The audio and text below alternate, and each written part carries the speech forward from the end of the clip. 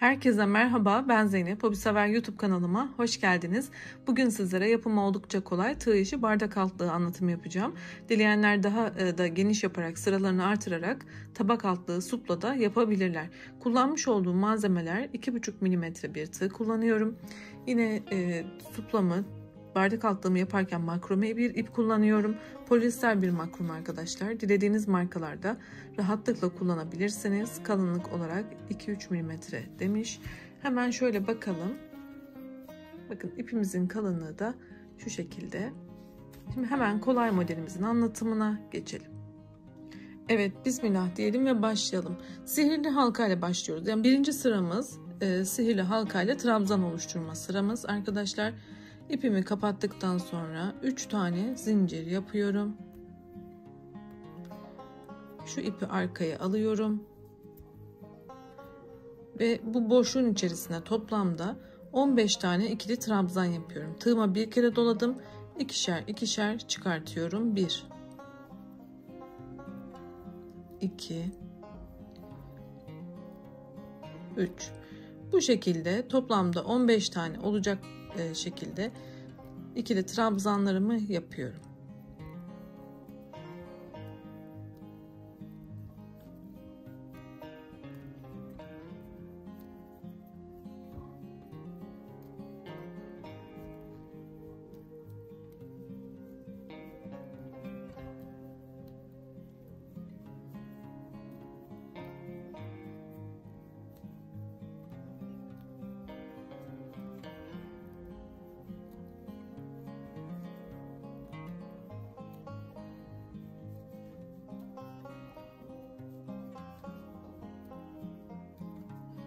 Evet, 15 tane ikili trabzanımı yaptıktan sonra şu ipi çekelim ve orta boşluğu kapatalım.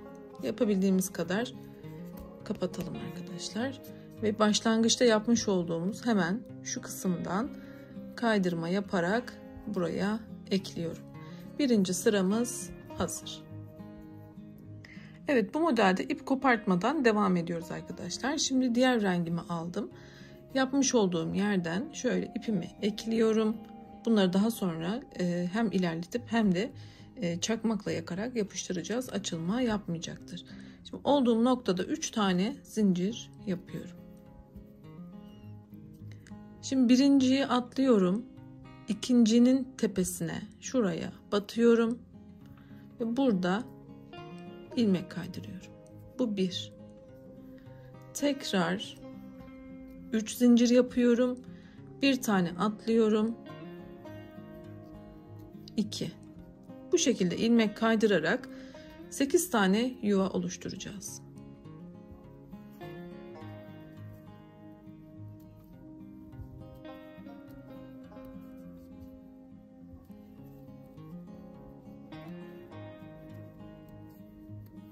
Üç zincir, bir atla, ilmek kaydır.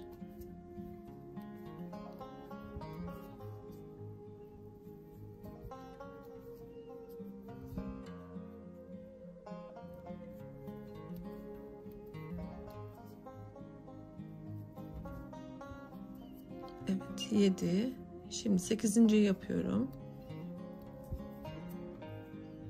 Şu kısımdan tekrar ilmek kaydırıyorum ve 8. Hemen şöyle sayalım. Şuraya tutayım. 1 2 3 4 5 6 7 8 tane boşluğumuz oluştu. Şimdi bu ipi bırakıyorum. Arkadaki tekrar diğer rengimi alıyorum. Ve bunun içinden geçirdim. Şu şekilde sıkıştırdım. İkinci sıramızı bitirdik. Şimdi üçüncü sıramıza başlıyoruz. Üçüncü sıramızda 4 zincir yapıyoruz.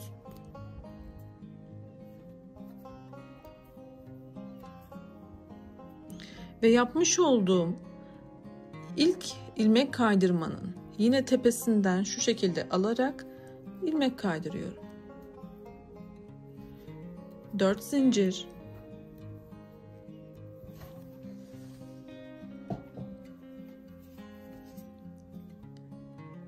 İkinci ilmek kaydırmamdan da yine ilmek kaydırıyorum. Devam ediyorum. Bu şekilde 4 zincir ilmek kaydırma şeklinde yine bir tam tur devam ediyorum. Hiçbir farklılık yok.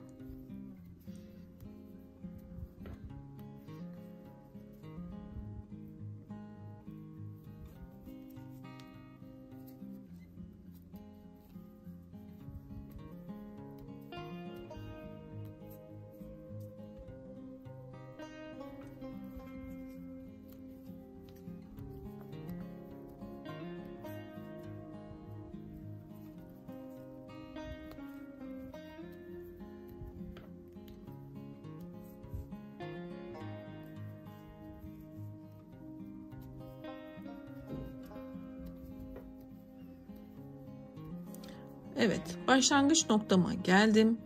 Yine burada ilk başlangıç noktamdan şöyle ilmek çıkartarak kaydırma işlemi yapacağım.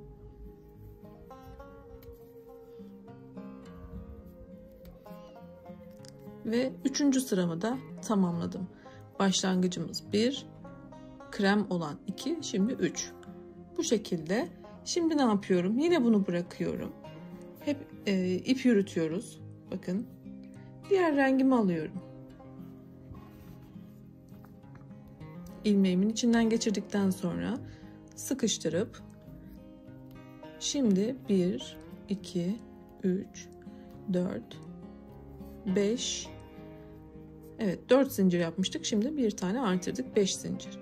Yine ilmek kaydırma kısmından ilmek kaydırarak sıramı başlatıyorum. 5 zincir ilmek kaydır. Modelimiz sürekli bu şekilde ilerlemekte arkadaşlar. Her sırada zincir sayısını artırarak yine ilmek kaydırmayla tam bir tur tamamlayıp diğer rengimizle diğer sıraya geçiyor olacağız. Bu şekilde sizler de istediğiniz kadar sıra yapabilirsiniz. İstediğiniz boyuta gelene kadar. Supla yapmak isteyenler sayılarını o şekilde ayarlamalılar. Evet, burayı da tamamlıyorum. Evet, sıramı tamamladım. Şimdi ilmeğimi kaydırarak şöyle sıkıştırıp yeni sıramı başlatıyorum. Burada 3, burada 4, burada 5 zincir yapmıştık. Şimdi 6 zincir yapıyoruz. Ve dediğim gibi hiçbir farklılık olmaksızın bunu devam ederek sıralarımızı devam ettiriyoruz. Ben de arkadaşlar sıralarımı devam ettirip sizlere nasıl bir bitiriş yapmamız gerektiğini göstereceğim. Yapıp geliyorum. Evet, ben sıralarımı devam ettirdim. İstediğim boyuta geldi. Şimdi sizlere bitişi nasıl yapmanız gerektiğini göstereceğim. Fakat sizler tabak altlığı ya da suplu olarak yapmak istiyorsanız sıralarınızı devam ettirebilirsiniz. Ben başlangıçtaki bu sıramla başlamak istiyorum. Bakın burası 1. sıramızdı. 2, 3, 4, 5, 6, 7, 8, 9 ve 10. sıramda bitiriyorum. 10. sıraya geldiğimde zincir sayım 11'e ulaştı arkadaşlar. Dediğim gibi isteyenler daha devam ettirerek büyütebilirler. Şimdi kapanışı yapalım. Yine buradan kaydırma yaparak eklememi yapacağım.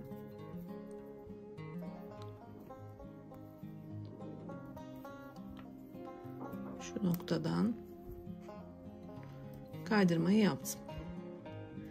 Bunu şu şekilde uzatıyorum ve ipimi kestim. Şuradaki bütünlüğü sağlamak adına ilk zincirimin içerisinden kesmiş olduğum ipi geçiriyorum ve burayı kapatıyorum. Bakın şu şekilde burayı kapatmış olduk. Daha sonra şuradan bir tane de zincir yapalım. Bu ipleri, arta kalan ipleri ise bir miktar ipimizi yürüttükten sonra ben yakarak yapıştırdım. Polyester olduğu için ipimiz. Hemen şöyle göstereceğim. Kendi rengi içerisinde bir miktar yürütüyorum. Bakın şöyle. Çok az bir miktar bırakarak kesiyorum. Bakın şu kadarcık bir şey bıraktım. Daha sonra çakmak yardımıyla burayı ısıtıp yapıştırıyorum. Ve açılma yapmayacaktır. Bu şekilde tamamlamış olduk. Oldukça güzel oldu.